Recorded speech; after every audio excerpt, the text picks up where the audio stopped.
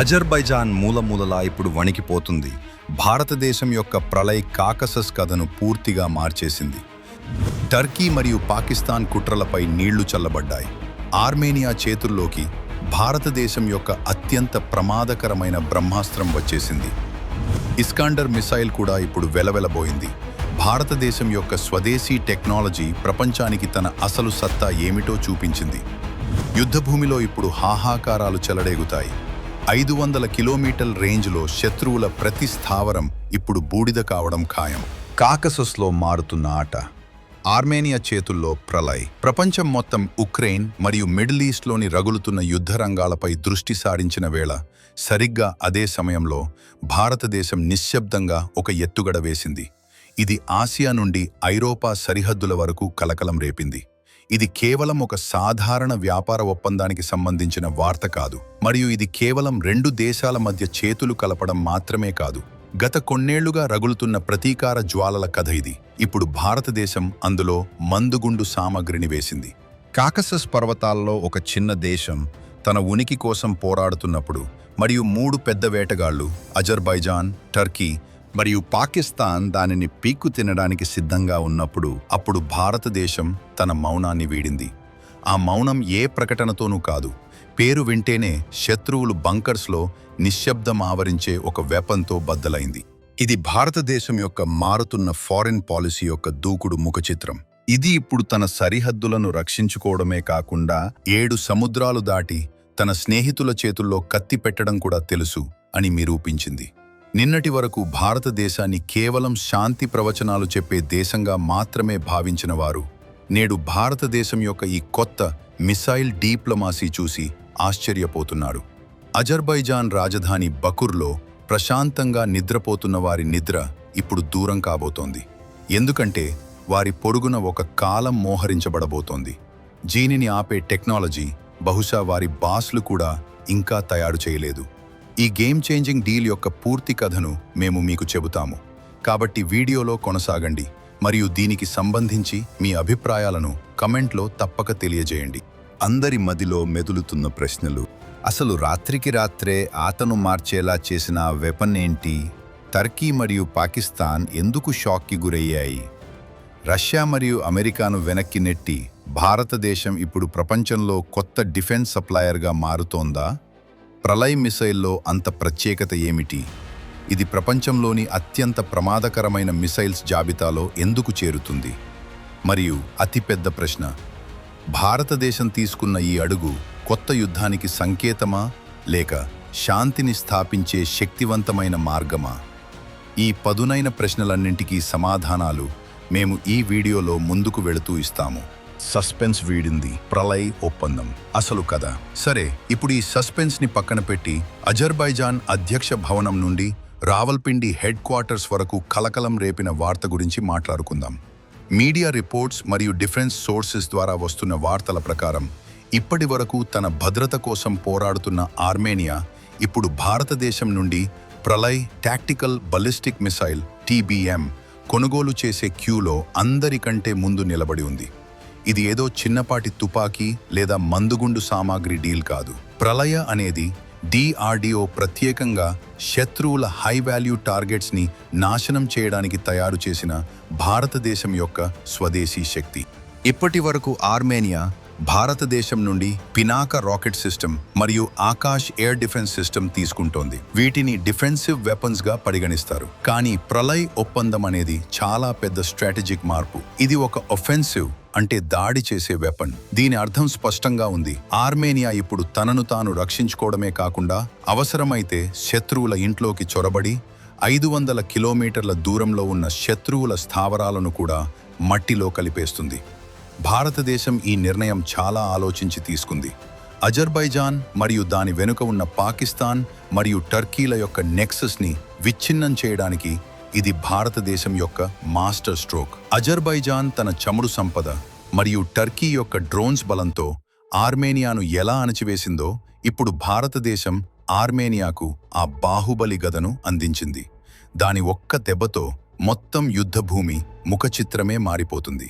పాకిస్తాన్ టర్కీల కూటమికి గట్టి దెబ్బ. ఈ డీల్ యొక్క ప్రకంపనలు కేవలం ఆర్మేనియా మరియు అజర్బైజాన్కు మాత్రమే పరిమితం కాలేదు. దీని ప్రభావం నేరుగా పాకిస్తాన్ మరియు టర్కీ వరకు చేరుతోంది. ఈ పోరాటం కేవలం ఒక భూభాగం కోసం మాత్రమే కాదని మనం అర్థం చేసుకోవాలి. అజర్బైజాన్కు అతిపెద్ద మద్దతుదారు టర్కీ మరియు టర్కీకి తమ్ముడు పాకిస్తాన్. ఈ మూడు దేశాలు కలిసి ఒక యాక్సిస్గా ఏర్పడి ప్రతి ఇంటర్నేషనల్ వేదికపై భారతదేశానికి వ్యతిరేకంగా విషం చిమ్ముతాయి, ముఖ్యంగా కాశ్మీర్ విషయంలో. పాకిస్తాన్ అయితే అజర్బైజాన్కు సహాయం చేయడానికి తన సైనికులను మరియు వెపన్స్ని కూడా పంపింది. ఇలాంటి పరిస్థితుల్లో శత్రువుకి శత్రువు మిత్రుడు అనే పాత సామెతకు భారతదేశం ఒక కొత్త పదును పెట్టింది. ఆర్మేనియాకు ప్రళయ్ మిసైల్ ఇవ్వడం ద్వారా భారతదేశం ఒకే దెబ్బకు అనేక పిట్టలను కొట్టింది. మొదటిది ఆర్మేనియా భద్రతను నిర్ధారించింది. రెండవది, మీరు పాకిస్తాన్తో కలిసి భారతదేశానికి వ్యతిరేకంగా కుట్ర చేస్తే మేము మీ పొరుగు దేశాన్ని ఎంత శక్తివంతంగా మారుస్తామంటే మీరు మీ స్వంత చిక్కుల్లోనే కూరుకుపోతారు అని అజర్బైజాన్కు కఠినమైన సందేశాన్ని ఇచ్చింది. మరియు మూడవది, టర్కీ యొక్క ఇస్లామిక్ నేటో లేదా పాన్ టర్కిక్కల భారతదేశం యొక్క మిసైల్స్ ముందు నిలబడలేదని దానికి తెలియజేసింది. ఇది భారతదేశం యొక్క టిట్ ఫర్ టాట్ డిప్లొమసీ. అజర్బైజాన్కు పాకిస్తాన్ అండగా నిలబడగలిగితే భారతదేశం బహిరంగంగా ఆర్మేనియాకు అండగా నిలుస్తోంది. ఇది 2026 నాటి కొత్త భారతదేశం. ఇది ఇప్పుడు డిఫెన్సివ్గా ఆడదు, ఫ్రంట్ ఫుట్కి వచ్చి సిక్సర్లు కొడుతుంది. ప్రళయ్ బ్రహ్మాస్త్రం టెక్నికల్ ఫీచర్స్. ఇప్పుడు శత్రు శిబిరంలో భయాన్ని సృష్టించిన ఆ బ్రహ్మాస్త్రం యొక్క టెక్నికల్ ఫీచర్స్ని ఒకసారి చూద్దాం. ప్రళయ్ అనేది సాధారణ మిసైల్ కాదు, ఇది ఒక క్వాసీ బలిస్టిక్ మిసైల్. సరళమైన భాషలో అర్థం చేసుకోవాలంటే సాధారణ బలిస్టిక్ మిసైల్స్ ఒక నిర్దిష్ట మార్గంలో వెళతాయి. వీటిని రేడార్ సులభంగా పట్టుకుంటుంది మరియు యాంటీ మిసైల్ సిస్టమ్స్ వాటిని గాలిలోనే కూల్చివేస్తాయి. కానీ ప్రళయ్ చాలా తెలివైనది. ఇది గాలిలో ఎగురుతూనే తన మార్గాన్ని మార్చుకోగలదు. ఇది ఎంత చాకచక్యంగా మెనూవర్ చేస్తుందంటే అది ఎక్కడికి వెడుతుందో శత్రువుల రేడార్కే కన్ఫ్యూజ్ అవుతుంది. శత్రువుల డిఫెన్స్ సిస్టమ్ అనగా రష్యా యొక్క S-300 లేదా ఇజ్రాయెల్ యొక్క బరక్ వంటివి దీన్ని ట్రాక్ చేయడానికి ప్రయత్నించే లోపే ప్రళయ్ తన పని ముగించేస్తుంది. దీని రేంజ్ 150 నుండి 500 కిలోమీటర్ల వరకు ఉంటుంది. అంటే ఆర్మేనియా తన సరిహద్దుల్లోనే సురక్షితంగా ఉంటూ అజర్బైజాన్లోని ఏ నగరమైనా మిలిటరీ బేస్, ఆయిల్ డిపో లేదా డ్రోన్ లాంచ్ ప్యాడ్ పైన గురిపెట్టవచ్చు. ఇది సాలిడ్ ఫ్యూల్తో నడుస్తుంది. అంటే దీన్ని లాంచ్ చేయడానికి గంటల సమయం పట్టదు. కేవలం ఆర్డర్ అందింది, బటన్ నొక్కారు మరియు నిమిషాల్లోనే శత్రువుల ఆట ముగిసింది. ఇది రెడీ టు ఫైర్ మోడ్లో ఉంటుంది. మొబైల్ లాంచర్ నుండి ప్రయోగించడం వల్ల దీనిని ఎక్కడైనా దాచడం మరియు ఎక్కడి నుండైనా ఫైర్ చేయడం చాలా సులభం. ఇప్పటి వరకు కేవలం అమెరికా లేదా రష్యా వద్ద మాత్రమే ఉన్న ఈ టెక్నాలజీని ఇప్పుడు భారతదేశం తయారు చేయడమే కాకుండా ప్రపంచానికి విక్రయించే సత్తాను కూడా చూపించింది. మేక్ ఇన్ ఇండియా సత్తా, డిఫెన్స్ ఎగుమతుల్లో కొత్త శకం. ఈ ప్రయాణం ఒక్క రోజులో జరగలేదు. భారతదేశం తన సైన్యం కోసం ఒక్కో బుల్లెట్ మరియు రైఫిల్ కోసం ఇతర దేశాల వైపు చూసిన కాలాన్ని గుర్తు చేసుకోండి. కానీ నేడు చిత్రం పూర్తిగా మారిపోయింది. ఆర్మేనియాతో భారతదేశం యొక్క డిఫెన్స్ సహకారం పినాక మల్టీ బ్యారెల్ రాకెట్ లాంచర్తో ప్రారంభమైంది. అజర్బైజాన్ యొక్క డ్రోన్స్ ఆర్మేనియన్ సైనికులపై విధ్వంసం సృష్టిస్తున్నప్పుడు అప్పుడు భారతదేశం యొక్క పినాక పర్వతాల చాటున దాక్కున్న శత్రువులను ఏరి చంపింది.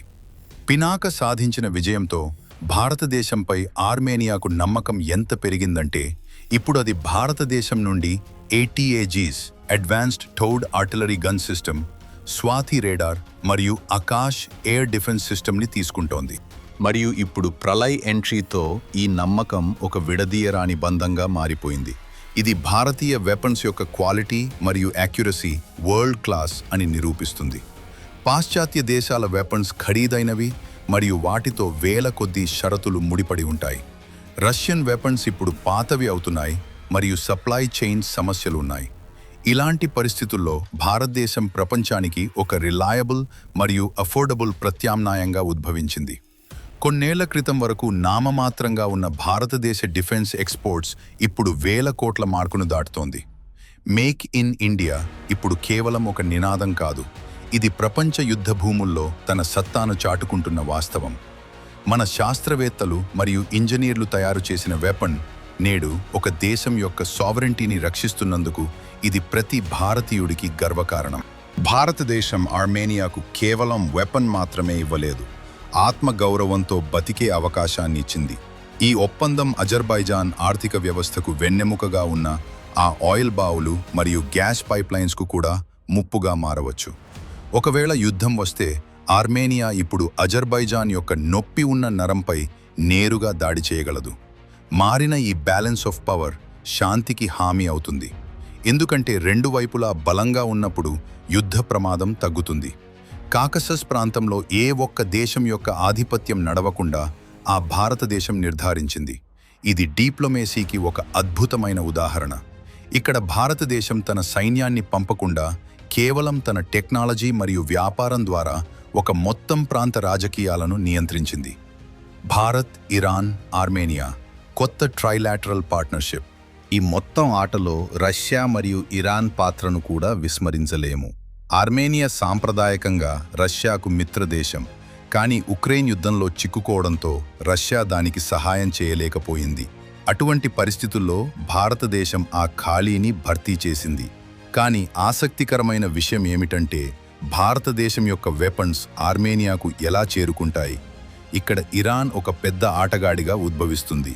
భారతదేశం తన వెపన్స్ని ఇరాన్ ఓడరేవుల్లో దించుతుంది మరియు అక్కడి నుండి అవి రోడ్డు మార్గం ద్వారా ఆర్మేనియాకు చేరుతాయి. అజర్బైజాన్ మరియు ఇరాన్ సంబంధాలు కూడా ఉద్రిక్తంగా ఉన్నాయి, కాబట్టి ఇరాన్ సంతోషంగా భారతదేశానికి మార్గమిస్తుంది. ఇది భారతదేశం, ఇరాన్ మరియు ఆర్మేనియాల యొక్క అప్రకటిత ట్రైలాటరల్ పార్ట్నర్షిప్. ఇది పాకిస్తాన్, టర్కీ, అజర్బైజాన్ కూటమికి గట్టి పోటీని ఇస్తోంది. ప్రళయ్ లాంటి భారీ మిజైల్స్ అక్కడికి చేరుకోవడం ఆ సప్లై చైన్ ఎంత బలంగా మరియు సురక్షితంగా మారిందో తెలియజేస్తుంది. భారతదేశం వెపన్స్ తయారు చేయడమే కాకుండా శత్రువుల కళ్ళుగప్పి వాటిని తన స్నేహితుడికి సురక్షితంగా చేరవేసే కారిడోర్ని కూడా సిద్ధం చేసింది. ఇది భారతదేశం యొక్క లాజిస్టికల్ విజయం కూడా. నిన్నటి వరకు భారతదేశాన్ని చుట్టుముట్టేందుకు స్ట్రింగ్ ఆఫ్ పర్ల్స్ విధానాన్ని తయారు చేస్తున్న దేశాలను నేడు భారతదేశం వారి ఆటలోనే చిత్తు చేసింది.